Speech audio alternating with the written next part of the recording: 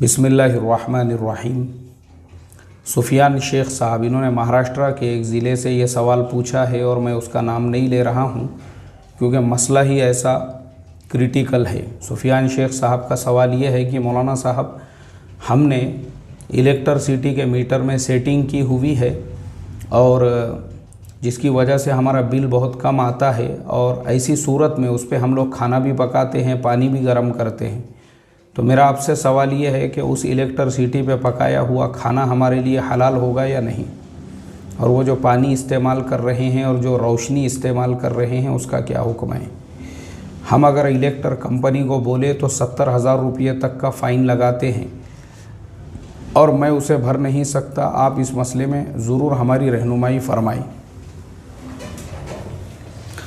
सुफियान शेख साहब, इस्लामी शरीयत के अंदर मन गश्श फलैसा मिन्ना, जो धोखा दे, अल्लाह के नबी ने फरमाया मुसलमान नहीं है। और हम लोग इसको हराम और नाजायज़ इसलिए नहीं समझते हैं क्योंकि हमारे मस्जिदों में मिसवाक के लंबाई पे तो आधा घंटा बयान होता है, जुब्बे के लंबाई पे तो 1 घंटा बयान होता है, जुब्बा कितना लंबा होना चाहिए, खांदे पे का रुमाल कितना बड़ा होना चाहिए, उस पर 1 घंटा बयान होता है। लेकिन हमारे मस्जिदों में ये मसाइल नहीं बयान होते हैं कि गवर्नमेंट के इलेक्ट्रिसिटी में सेटिंग करना हराम है, नाजायज़ है। और मैं समझता हूँ जिसको बयान करने में डर लगता है, शायद उसके ख़ुद के भी घर में मीटर में सेटिंग की हुई होती होंगी, इसलिए वो खुल के बोलते नहीं कि ये चीज़ हराम है, नाजायज़ है, धोखा है ये। अल्लाह हिफाजत फरमाए इससे हमारी। मुसलमान इसको हराम और नाजायज़ नहीं समझते हैं और ख़ाली इनको छींकने के, खांसने के और जमाई लेने के जो है मसनून तरीक़े पता करना है, मालूम करना है और बस उसका सवाल पूछना है। अल्लाह हिफाजत फरमाए। हराम है ये, हराम। मैं तो समझता हूँ जो जमातें गाँवों में, देहातों में, बस्तियों में काम करती है, उस जमातों को अगर किसी ने दावत दिया तो जमातों ने पहले कन्फर्म करना चाहिए कि तुम्हारे घर के ऊपर जो खाना पकता है वो इलेक्ट्रिसिटी के सेगड़ी पे पकता है, गैस के चूल्हे पे पकता है, लकड़ी पे पकता है।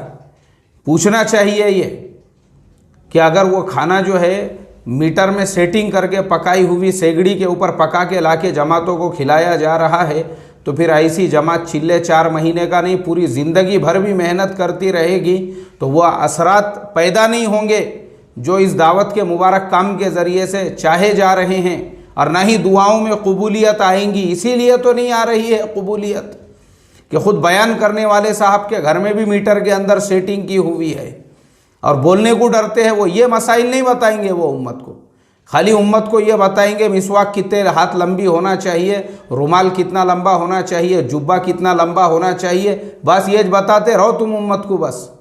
अल्लाह हिफाजत फरमाए। लेकिन माशाल्लाह आपने अच्छा किए, ये सवाल पूछे, तो ये हराम है, नाजायज़ है।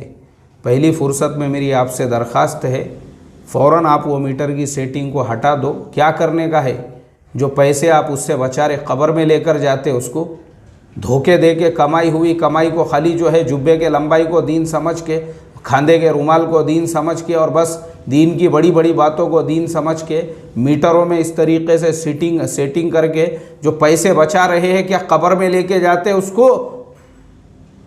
इसके लिए तक़वे का सबसे बड़ा तकाज़ा ये है कि पहली फुर्सत के अंदर मीटर में सेटिंग की हुई है, फ़ौरन उसकी सेटिंग को निकाला जाए और जो नॉर्मल मीटर चल रहा है गवर्नमेंट के रूल के हिसाब से हर महीने उसका बिल भरा जाए। घर में अगर सेगड़ी इस्तेमाल करना ही हराम है, वो गवर्नमेंट के मीटर में छेड़छाड़ करके उसकी बजाय गैस लेके आओ ना। 500 रुपये 600 रुपये का गैस का जो है वो बॉटल आता है जो तकरीबन 1 महीना, 1.5 महीना, 2 महीने आराम से चलता है। अल्लाह हिफाजत करे भाई।